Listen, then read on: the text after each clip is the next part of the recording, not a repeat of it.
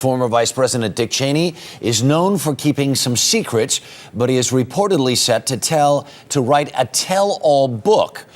And you might be surprised at one of the targets of his criticism, his former boss, President George W. Bush. Mike Allen is chief political correspondent for Politico.com. He joins us from Washington. Good morning. How surprised Good morning, are you? Harry. Yeah.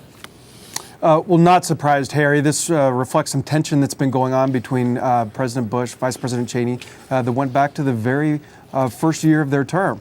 I think one thing that we can agree about this dust-up is good for President Bush. When you have Dick Cheney out there saying that you weren't crazy enough, that's probably good for his rehabilitation.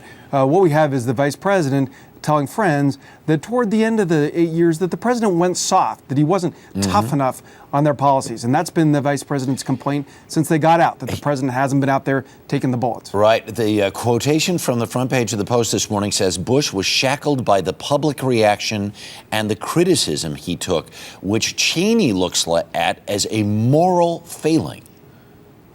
Yeah, it's a tough way to put it, but what the point of it is that the vice president says that the president should have been out there guns blazing till the very end. There were very big disappointments between the two. At the end, as you know, the vice president pursued to the last day, to this day, a pardon for Scooter Libby, the aide of his who was involved in the CIA leak case. The president went out of office, left Scooter with that conviction, and that left a lot of bitterness between the two sides.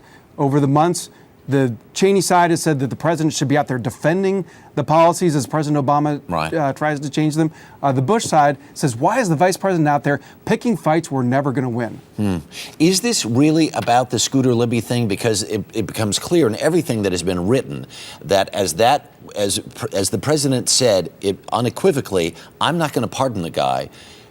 Vice President Cheney kept pushing, literally until the last minutes that President Bush was in the White House.